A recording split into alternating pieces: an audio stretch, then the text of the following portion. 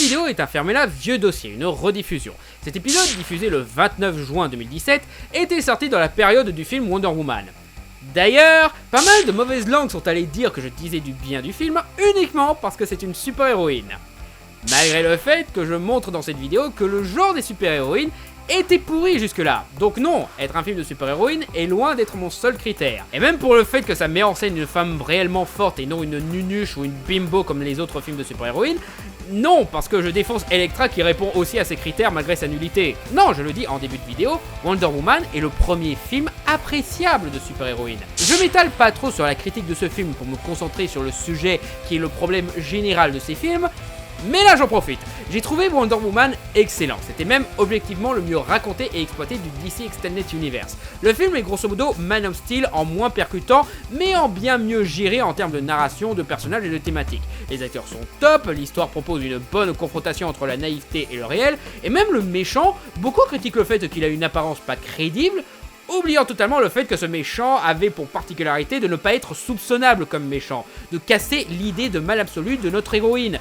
Donc je vois pas en quoi c'est un mal, c'est même plutôt un plus. Aussi, dans cette vidéo, mon caméo de Samsudo préféré et premier épisode utilisant le logo fait par Dying Ship.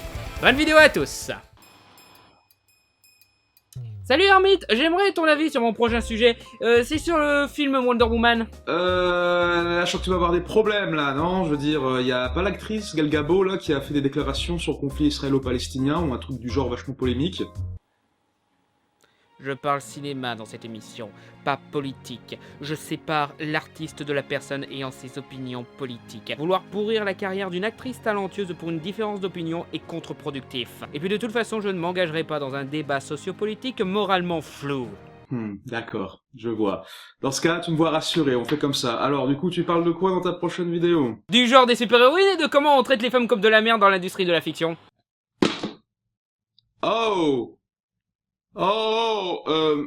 T'es sûr que tu veux pas parler du conflit israélo-palestinien, finalement?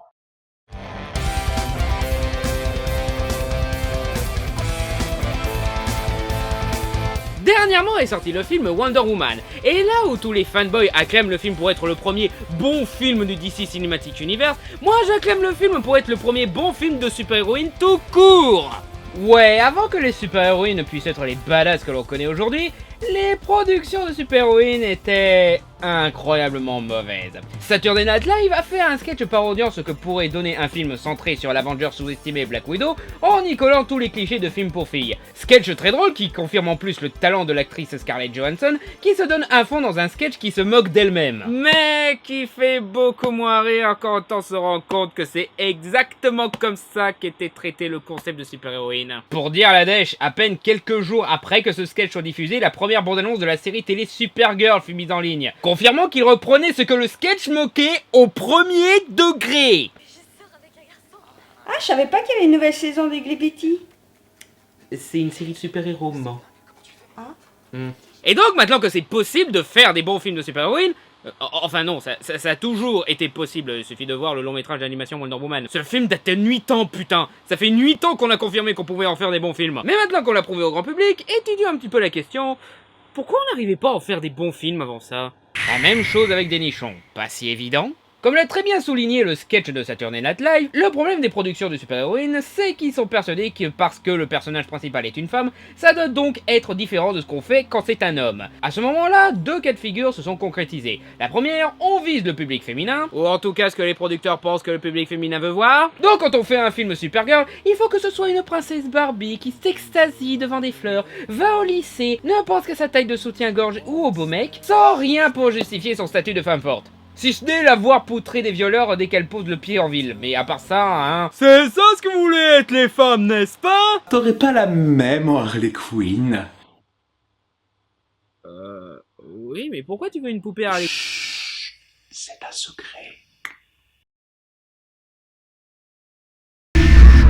La série actuelle c'est pareil mais avec un côté Ally McBeal. Et dans le deuxième cas de figure, on vise quand même les mecs, ou en tout cas ce que les producteurs pensent que les mecs veulent voir. Donc on fait de la super-héroïne une pouffe à gros nichon. Vision des choses assez sexistes, n'est-ce pas? Si t'es une super-héroïne, soit t'es une nunuche, soit t'es une employée de bureau qui prend sa vie romantique en main, soit t'es une pouffe. Et dans le cas de Catwoman, t'es les trois en même temps. Catwoman, dont Pitoff s'est défendu en s'expliquant qu'il n'avait que deux choix, faire de son héroïne une nunuche ou une salope. C'est lui qui a choisi ce mot, pas moi. Parce que c'est que comme ça qu'on fait des super-héroïnes à Hollywood. Je m'énerverais bien contre ces conneries, mais le fait qu'ils sortent de la bouche d'un des pires réalisateurs de notre génération, je sais pas, ça me rassure plus qu'autre chose. Vous voulez savoir à quel point la situation est merdique? Avant la sortie de Wonder Woman, Elektra était le meilleur film de super-héroïne. Et je ne plaisante pas parce que ce film a compris le concept ridiculement simple d'un film d'action féminin que les producteurs n'arrivent pas à comprendre. Prends une histoire de film d'action avec un mec, change de sexe et tada! Le reste du film est chiant et ridicule, mais au moins il avait assez de jugeote pour comprendre ce que Pitoff était trop conditionné pour comprendre. L'égalité des sexes, le vrai secret des super-héroïnes. Les super-héroïnes ne fascinent pas les geeks juste parce que ce sont des nanas faisant des trucs de nanas. Je vais même dire, ils détestent ça. C'est pas pour rien que ces films sont récurrents sur les listes des pires films de l'histoire du cinéma. Non, elles les fascinent parce que ce sont des femmes qui se mettent au même niveau que les hommes, capables d'être aussi fortes et compétentes qu'eux, des fois même plus, montrant qu'elles ne sont pas faibles à cause de leur vagin. Très élégant. C'est pour ça qu'on adore les personnages féminins secondaires comme Black Widow, Agent Carter ou encore Hit Girl. Parce qu'on est dans une société qui nous a appris à voir les femmes comme douces et fragiles, rendant donc leur capacité à botter des culs encore plus satisfaisant, car en faisant ça, elles défient les clichés.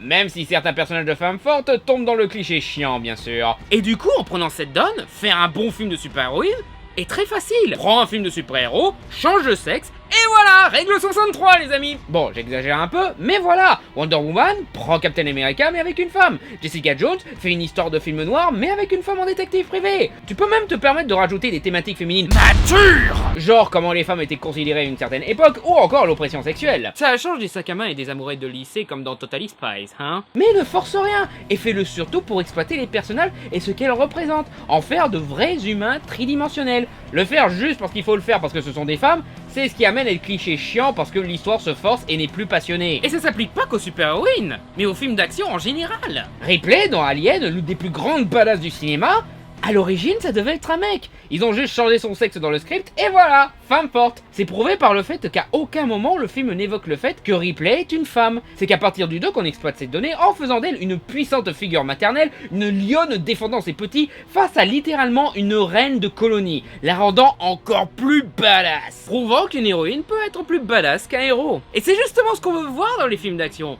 des badass. Donc pourquoi malgré cet exemple de film culte datant des années 80, les mecs n'ont toujours pas compris la formule magique? Les femmes aussi adorent les films d'action. Les producteurs, comme je l'ai expliqué, sont enfermés dans des idées reçues qui ont tendance à parasiter les décisions artistiques. C'est justement pour ça que le whitewashing existe. Parce que les producteurs pensent que les Américains ne peuvent s'identifier qu'à des personnages tout beaux et tout blancs. Alors que voilà, il n'y a pas que des blancs aux États-Unis.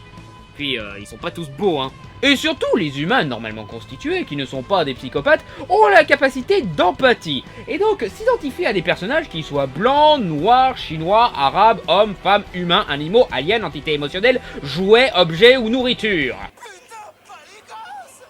Ça te dirait des carottes râpées pour ce soir? Non! C'est même pire parce qu'ils enferment leur production à un public. Les films d'action c'est que pour les mecs, donc faisons des trucs de gros bofs. Et les films qui parlent de romance c'est que pour les filles, donc faisons des trucs de gonzesses. Et les garçons laissent dans les chauds et les filles dans les roses. Ça fait longtemps que cette vision des choses a été prouvée comme étant totalement fausse. Si on cherche, on peut trouver des mecs qui adorent les romances, moi notamment. Et de l'autre côté, les femmes kiffent les films d'action. Prenez Avengers par exemple, beaucoup de femmes adorent ce film. Preuve en est le mouvement de fangirl de Loki qui fantasme sur le personnage de Tom Hiddleston, les fan art, les déguisements de Loki version femme, etc. C'est bien la preuve que les films de super-héros intéressent les femmes au point d'influencer les futurs films Marvel en rajoutant Loki dans des films où il n'était pas prévu. Le truc c'est pas de mettre dans les films des choses qu'on nous a conditionnés à aimer selon ce qu'on a entre les jambes. Le truc c'est de proposer une bonne histoire. C'est ce qui attire les fans et donne envie d'en voir plus. Mais non seulement les producteurs ont du mal à le comprendre, mais dans certains cas, ils refusent de le comprendre. Par exemple, la série d'animation de DC Comics, La Ligue des Justiciers Nouvelle Génération. Série qui fut annulée au bout de 2 saisons.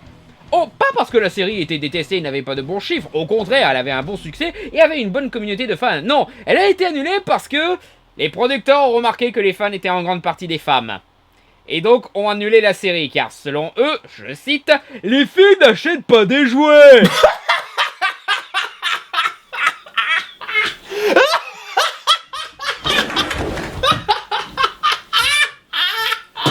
Sérieux, c'est une connerie sexiste digne du pancarte que tu mettais sur ta cabane quand t'avais 5 ans qui disait « Interdit aux filles ». Tu fais un truc tellement bon que même les gens qui ne correspondent pas au public cible adorent. Et tu trouves ça mal?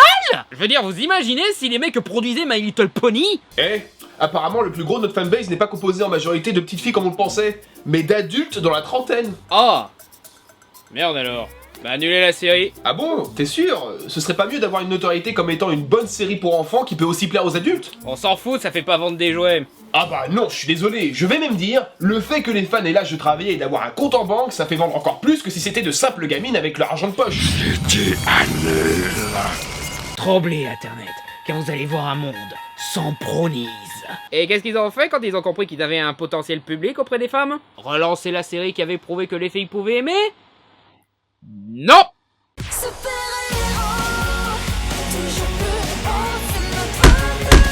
Hé petite fille, tu aimes Brad? Non. Eh ben voilà la même chose, mais avec des super-héroïnes! Peut juste avoir les super-héroïnes? Ferme ta putain de gueule et achète ma mère! Ouais, là c'est plus une question d'essayer de comprendre ce que aiment les femmes. Là c'est une question de forcer les femmes à aimer ce que tu penses qu'elles veulent aimer. Et le pire c'est que le sexisme est monnaie trop courante dans l'industrie des super-héros. L'égalité des sexes, guerre sur tous les fronts. Pas mal de femmes travaillent dans le milieu de la bande dessinée super-héroïque.